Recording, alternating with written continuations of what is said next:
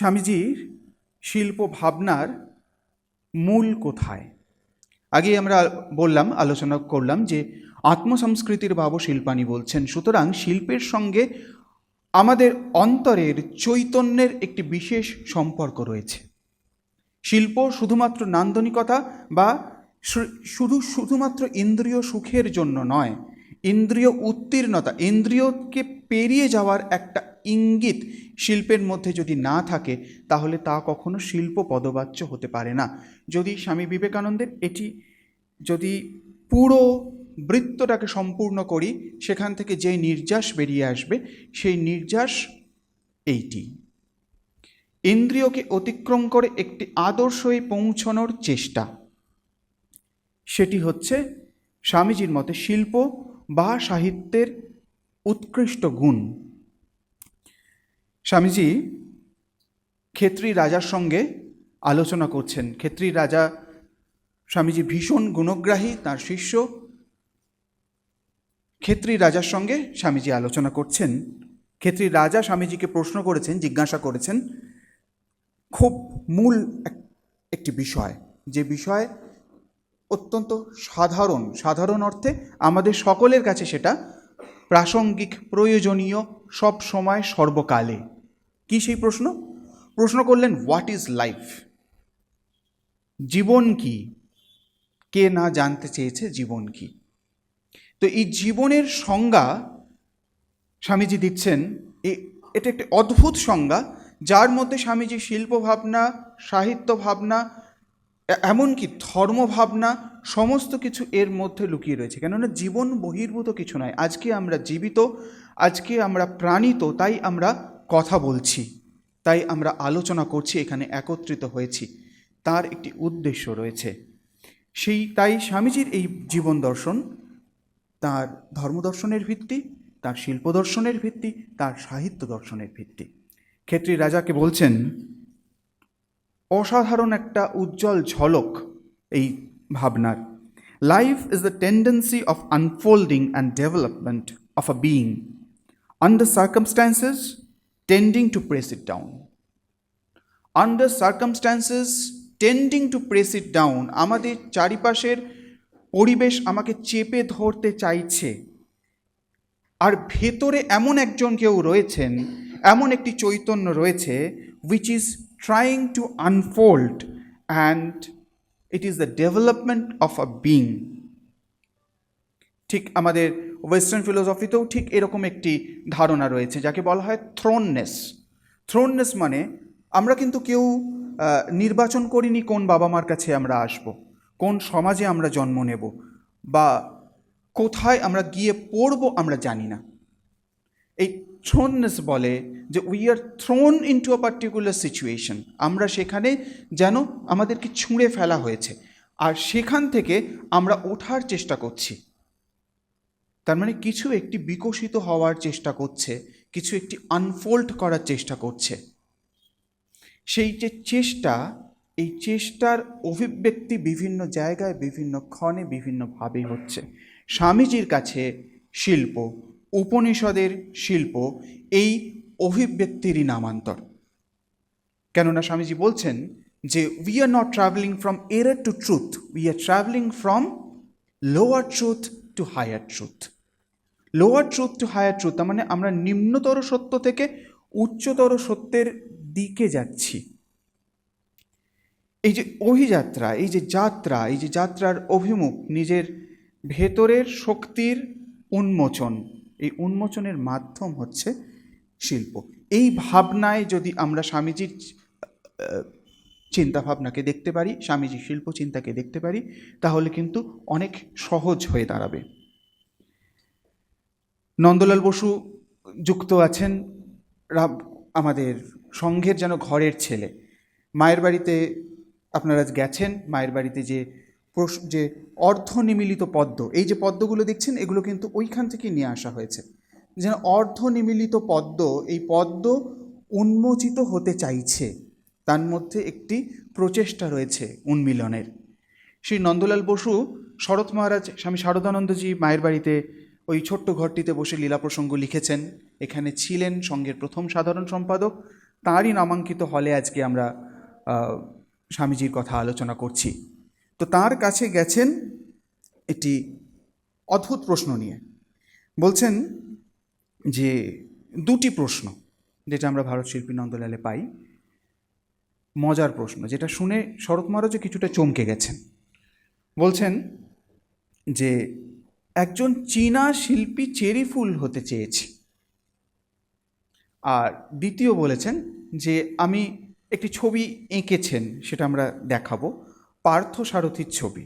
তো বলছেন পার্থসারথীর ছবি তো আমরা এঁকেই যাচ্ছি, আমাকে কিছু বলুন, এর ভাব সম্বন্ধে কিছু বলুন। এই দেখুন, ভাবের দিকে তার ইঙ্গিত, ভাবের দিকে তার চাওয়া, ভাবটা কীরকম।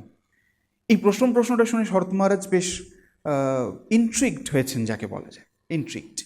বলছেন আচ্ছা সত্যি তাই তো, একজন শিল্পী কেন চেরি ফুল হতে চাইবে? বিষয়টা শুনে একটু চাইল্ডিশ মনে হতে পারে, কিন্তু এর মধ্যে এক গভীরতর ইঙ্গিত রয়েছে। শরৎ মহারাজ বললেন সত্যিই তো, চৈতন্য দিয়েই শিল্প, চৈতন্য নিয়েই শিল্প। শিল্পী চেরি ফুল হতে চেয়েছে, চেরি ফুল তো আর শিল্পী হতে চায়নি। তার মধ্যে তার যে চৈতন্যের বিকাশ, সে এই বিবিধ পথে সেই স্রষ্টাকে, তার নিজেকে খুঁজে পাওয়ার চেষ্টা করছে, বিভিন্ন প্রতিফলন প্রকৃতিতে দেখার চেষ্টা করছে। শিল্পীর এই প্রচেষ্টা রয়েছে, কিন্তু চেরি ফুলের সেই প্রচেষ্টা নেই বলে সে শিল্পী নয়। এটা এক অদ্ভুত কথা। এই প্রসঙ্গ আমিও এই চর্চার সময় এটি আবিষ্কৃত হলো, আগে বিশেষভাবে পাইনি, কিন্তু খুব ইন্ট্রিগিং একটি আলোচনা। আমাদের চাওয়া, যারা শাস্ত্রের সঙ্গে পরিচিত তারা জানেন যে আমাদের যে শাস্ত্র শুরু হচ্ছে ন্যায়প্রস্থান অর্থাৎ ব্রহ্মসূত্র, তার প্রথম সূত্র উপনিষদ, সমস্ত উপনিষদকে আচার্য শঙ্কর একত্রিত করে ব্রহ্মসূত্র লিখছেন।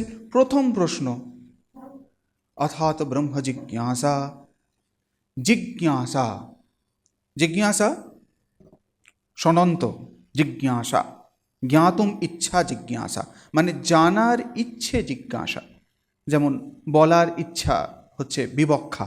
তো এইরকমভাবে এটা দ্বিত্ব হয়। তো জিজ্ঞাসা, আমি জানতে চাইছি। তো এই যে চাওয়া, এই চাওয়াটাই অভিব্যক্তি। সেদিন কালকে আলোচনা হলো, সাথীদি বলছিলেন যে আমার মনে একটি চাওয়া উৎপন্ন হয়েছে এবং সেটির প্রাপ্তি, এই দুটির মাঝখানেই শিল্পের সৃষ্টি। এখানেও কিন্তু সেই ধারণা দেখতে পাচ্ছি, এগুলি চোখ খুলে দেয়।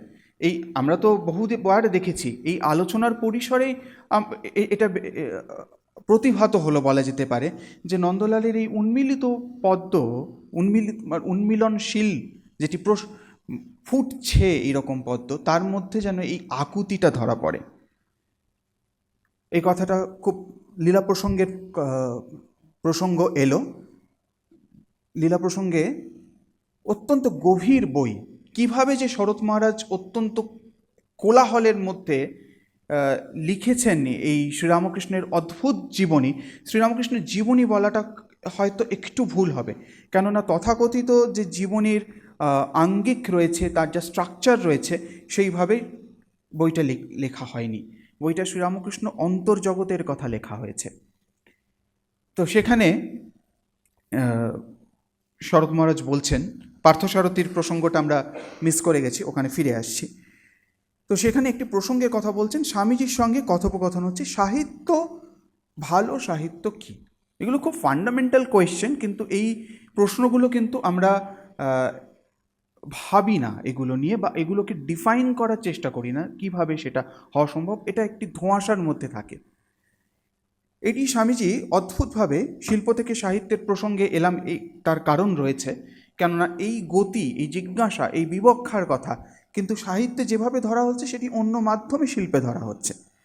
সেখানে বলছেন, বহু কথার মধ্যে স্বামীজির সঙ্গে একটি বন্ধু, তার বন্ধুর কথোপকথন হচ্ছে, তার আলোচনা হচ্ছে। বলছেন, যতদূর মনে আছে সেই বন্ধু ভাবপ্রকাশক রচনাকেই সাহিত্য শ্রেণীভুক্ত করিবার পক্ষ আমাদিগের বন্ধু অবলম্বন করিয়াছিলেন, স্বামীজি ছাড়া যিনি ছিলেন। এবং যুবক অর্থাৎ স্বামীজি ওই পক্ষ খণ্ডনপূর্বক তাহাকে বুঝাইতে প্রয়াস পাইয়াছিলেন যে, খুবই গুরুত্বপূর্ণ কথা, সু বা কু যে কোনো প্রকার ভাব যথাযথ প্রকাশ করিলেও রচনা বিশেষ যদি সুরুচি সম্পন্ন হয় এবং কোনো প্রকার উচ্চাদর্শের প্রতিষ্ঠাপক না হয়, তাহা হইলে উহাকে কখনোই উচ্চাঙ্গ সাহিত্য শ্রেণী মধ্যে পরিগণিত করা যাইতে পারে না। যেভাবেই সেটি বর্ণিত হোক না কেন, তার ইঙ্গিত যদি একটি আদর্শের প্রতি না থাকে, ওই আদর্শ কি আদর্শ? যদি উপনিষদের দিকে দেখি স্বামীজির কথায়, আমরা নিজেই তার আদর্শ, সেই আদর্শ আমাদের ভেতরেই রয়েছে, সেই আদর্শকে আমরা খুঁড়ে খুঁড়ে বের করছি। তো সেই আদর্শের দিকে যদি আমরা দৃষ্টি না থাকে, তাহলে যে কোনো ভাব প্রকাশক কোনো সাহিত্যকে সুসাহিত্য বলা যেতে পারে না। অথচ অন্যতর বিষয়ও যদি আলোচিত হয়, সেটি হয়তো আলোচনার ঢং তত মনোগ্রাহী নয়, কিন্তু তার ইঙ্গিত একটি উচ্চতর দিকে রয়েছে, তাহলে তাকে উচ্চতর সাহিত্য এবং একইভাবে উচ্চতর শিল্প বলা যায়। এখানে দুটি কথা বলেছেন, এগুলি সবই আমাদের চিন্তার রসদ। এগুলি নিয়ে বহুদিন চিন্তা করলে সেখানে সেই মনন থেকে যদি কিছু মধু নিংড়ে আসে। সেখানে স্বামীজি বলছেন দ্য আইডিয়ালাইজিং, দু ধরনের ভাবের কথা বলছেন। এই দুই ভাবের কথাই স্বামীজি কিন্তু যখন গ্রিক শিল্প আলোচনা করছেন, যখন ভারতীয় শিল্প আলোচনা করছেন, সেখানে কিন্তু mostly the school of thoughts, কী ভাব, সেই ভাবনা, আমরা সেই ভাবনা পরিগ্রহ করছি। শরীর বদলে বদলে যাচ্ছে, একই মানুষ তো নেই। গ্রিক শিল্প আজকে 2000 বছরে যারা আগে ছিলেন তারা আজকে নেই, কিন্তু সেই যে ভাবনা বিভিন্ন মানুষের মধ্যে সেটা মূর্তিমান হচ্ছে। তো এই দুটি ভাবনা যেন one of the very basic instincts, very basic tendencies of human mind বলা যেতে পারে। স্বামীজি বলছেন the idealising the real and on the other hand realising the ideal. Idealising the real মানে আমাদের সামনে যা রয়েছে, এটি স্বামীজি বলছেন যে পাশ্চাত্য একটি চিন্তা। আইডিয়ালাইজিং দ্য রিয়েল, যা আছে, যা দেখছি, সেটিকে এত সুন্দরভাবে পরিবেশিত করব, দ্যাট বিকামস দ্য আইডিয়াল। আরেকটি দিক যেটি প্রাচ্য ভাব, সেটা হচ্ছে রিয়েলাইজিং দ্য আইডিয়াল। আমার কাছে একটি আইডিয়াল রয়েছে, সেই আইডিয়ালটাকে আমি ছোঁয়ার চেষ্টা করছি, কিন্তু সেই আইডিয়ালটাকে আমরা বাস্তবে নিয়ে আসার চেষ্টা করছি। সেটা হয়তো কখনোই সম্ভব হয় না সামূহিক ক্ষেত্রে, সামাজিক ক্ষেত্রে, কেননা সেই পারফেকশনটা ভেতরের পারফেকশন। সেটা উপনিষদের প্রসঙ্গ, সেই প্রসঙ্গে আমরা যাব না, কিন্তু এই দুটি ধারার কথা স্বামীজি বলছেন। আমরা ফিরে আসি শরৎ মহারাজের এই দ্বিতীয় প্রসঙ্গে। পার্থসারথী ছবি আঁকছেন, পার্থসারথীর ছবি এঁকে স্বামী শারদানন্দজি মহারাজকে দেখাচ্ছেন নন্দলাল বসু। ছবিটা একটু মনোযোগ দিয়ে দেখলে এই হচ্ছে সেই ছবি। একটু দেখতে অসুবিধা হচ্ছে, কিন্তু আমরা বড় স্ক্রিনের ব্যবস্থা করতে পারিনি। তো সেই ছবিতে দেখা যাচ্ছে যে শ্রীকৃষ্ণ পার্থসারথী, ছবিটার নাম পার্থসারথী। এটা দেবদত্তদা এই বিষয়ে আমার চোখ খুলে দিলেন। এই আলোচনার আগেই একটুখানি আমরা আলোচনা করছিলাম এই ছবিটা নিয়ে। ছবিটির নাম পার্থসারথী, কিন্তু পার্থসারথীরই ছবি রয়েছে, যদিও বহুব্রীহি সমাস, অর্থাৎ পার্থসারথী মানে কৃষ্ণকেই বোঝায়। বিনা পানি মানে বিনাকেও বোঝায় না, পানিকেও বোঝায় না, বিনা পানিকেই বোঝায়। পার্থসারথী মানে কৃষ্ণ, তবুও পার্থের ছায়া তো সেখানে রয়েছে। পার্থ কিভাবে রয়েছেন? পার্থর দুটি হাত দেখা যাচ্ছে, দুটো হাত যুদ্ধ করবে না বলে যেন স্লথ ছেড়ে দিয়েছেন, আলগা, এবং খুব শিথিলভাবে তার ধনু তিনি ধরে রয়েছেন। আর এই যে হাতের রশিটা ধরে রয়েছেন, এটাকে শরৎ মহারাজ এই জায়গাটাই কারেকশন করেন, খুব আলগাভাবে সেই হাতের রশি ধরেছিলেন। শরৎ মহারাজ বলেন যে যে রথের যে রশি হবে, দড়িটি হবে, সেটিকে যেন শক্তভাবে ধরা হয়। তার কারণ রথ এর পশ্চাতে হয়তো স্বামী শারদানন্দজির এই ভাবনা কাজ করে থাকতেই পারে। উপনিষদের চিন্তা আত্মানম রথিনম বিদ্ধি ইত্যাদি চিন্তা সেখানে রয়েছে। আত্মা যেন রথী, দেহ যেন রথ, ইন্দ্রিয় যেন সারথী, এই অ্যানালজি উপনিষদে আছে। সেটিকে যদি শক্তভাবে না ধরা যায়, তাহলে ইন্দ্রিয়কে শক্তভাবে না ধরা গেলে সেই আদর্শে পৌঁছানো যাবে না। কিন্তু ছবিটি একটি প্রকৃষ্ট উদাহরণ স্বামীজির শিল্পভাবনার, যেখানে স্বামীজি প্রকৃতির সম্পূর্ণ অনুকরণকে থেকে আমাদেরকে বিরত থাকতে বলেছেন। স্বামীজি বলেছেন যে ভাব প্রকাশক হতে হবে। ছবি যেন ভাব, চিত্র যেন ভাব প্রকাশক হয়।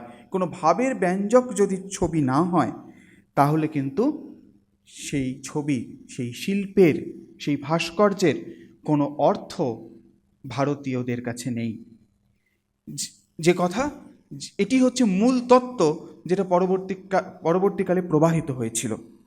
সেই বিষয়ে একটা অপ্রিয় কথা হতে পারে অনেকের ক্ষেত্রেই, কিন্তু এটি যেহেতু স্বামী বিবেকানন্দ সম্পর্কিত আলোচনা এবং কোনো দ্ব্যর্থহীন ভাষায় স্বামীজি এখানে তার মত অভিব্যক্ত করেছেন, সুতরাং আমাদেরকে সেই বিষয়ে আলোচনা করতেই হবে। স্বামীজি যখন পরিব্রাজক সময় তিনি রবি বর্মার ছবির সঙ্গে পরিচিত ছিলেন। পরবর্তীকালে তিনি যখন লিখছেন, তিনি কিন্তু এই বিষয়ে কোনো অ্যাম্বিগুইটি থাকতে পারে না, কোনো দ্ব্যর্থ থাকতে পারে না। তিনি সরাসরি সমালোচনা করছেন রবি বর্মার ছবি। তিনি বলছেন, প্রাচ্য ও পাশ্চাত্যে স্বামীজি বলছেন, ওদের অর্থাৎ ইউরোপীয়দের নকল করে একাত্তা রবি বর্মা দাঁড়ায়। তাদের চেয়ে দিশি চালচিত্রী করা পোটো ভালো, তাদের কাজে তবু ঝকঝকে রং আছে। ওসব রবি বর্মা চিত্রী দেখলে লজ্জায় মাথা কাটা যায়। বরং জয়পুরের সোনালী চিত্রী আর দুর্গা ঠাকুরের চালচিত্রী প্রভৃতি আছে ভালো। এখানে কোনো দ্ব্যর্থ নেই যে রবি বর্মার ছবি, অর্থাৎ ইউরোপিয়ান স্টাইলে যে ছবিগুলি তিনি এঁকেছেন, সেটিকে স্বামীজি অ্যাপ্রুভ করছেন না। স্বামীজি অ্যাপ্রুভ করছেন বরঞ্চ আমাদের দেশীয় ঘরোয়া পদ্ধতিতে আঁকা দুর্গার চালচিত্র। জয়পুর, রাজস্থানের স্থাপত্যের তিনি খুব প্রশংসা করতেন। সেই রাজস্থানের স্থাপত্য তিনি তার প্রশংসা করেছেন। সেখানকার ভাব, বলতেন কলকাতার বিল্ডিংগুলো দেখ, এর মধ্যে কোনো ভাব নেই, কিন্তু রাজস্থানের যে সমস্ত বিল্ডিং রয়েছেন তার মধ্যে একটা ভাব স্পষ্ট যেন সেখানে দেখা যায়। এই আলোচনা ধরে কেউ যেন এটা না মনে করেন যে স্বামীজি শুধুমাত্র ভারতীয় শিল্পকে, এই দেশীয় শিল্পকে ন্যাশনালিস্টিক, শুধুমাত্র একটি ভূখণ্ড এবং রক্ত এর মাধ্যমেই একটি শিল্পকে ডিফাইন করেছেন বা সাহিত্যকে ডিফাইন করেছেন। স্বামী বিবেকানন্দের মতো বিরাট মানুষ, যিনি মুক্ত ঘুরে বেরিয়েছেন ইউরোপের বিভিন্ন দেশে, বিভিন্ন ভারতবর্ষের বিভিন্ন প্রদেশে তিনি ঘুরে বেরিয়েছেন এবং শিল্প সৃষ্টি দেখেছেন, তার কাছে এরকম সংকীর্ণ কোনো মনোভাব থাকা সম্ভব ছিল না। একটি প্রসঙ্গে আসব, খুব গুরুত্বপূর্ণ সেখানে সেই প্রসঙ্গ। তার আগে আমরা একটুখানি দেখে নিতে পারি যে স্বামীজি যে এই শিল্পভাবনা, তার মধ্যে শিল্পভাবনার বিবর্তনও কিন্তু দেখা যায়। এক জায়গায় তিনি বলছেন যে গ্রিক শিল্পকে প্রশংসা করছেন, যেখানে মানুষের অবয়ব ভাস্কর্যে ফুটে উঠছে, সেখানে কিন্তু তিনি গ্রিক শিল্পকে এগিয়ে রাখছেন। কিন্তু তারপরেই যখন দেখা যাচ্ছে যে তার ভাবনার ফ্লুইডিটিটা দেখার মতো, তার যে কিভাবে বিবর্তিত হয়েছে, ঠিক যেমন আমরা পাশ্চাত্য দর্শনের ক্ষেত্রে দেখতে পাই যে উইটগেনস্টাইন বা লেটার উইটগেনস্টাইন একদম আলাদা, সম্পূর্ণ আলাদা একজন মানুষ। স্বামী বিবেকানন্দের ক্ষেত্রেও কিন্তু এরকম স্ট্যান্ড দেখা যায়। সেক্ষেত্রে স্বভাবতই দাগিয়ে দেওয়া যায় যে স্ববিরোধ এটি নয়, এটি হচ্ছে একটি অভিযাত্রা, চিন্তার এবং অত্যন্ত সৎভাবে সেই চিন্তার বহিঃপ্রকাশ। সেখানে সততার কোনো ঘাটতি ছিল না এবং সেক্ষেত্রে পরবর্তীকালে তিনি যে মতামত রাখছেন এবং সেইভাবেই প্রবাহিত হচ্ছে পরবর্তী ধারা, সেই ধারাকেই স্বামী বিবেকানন্দের মত হিসেবে আমরা গ্রহণ করব। সেই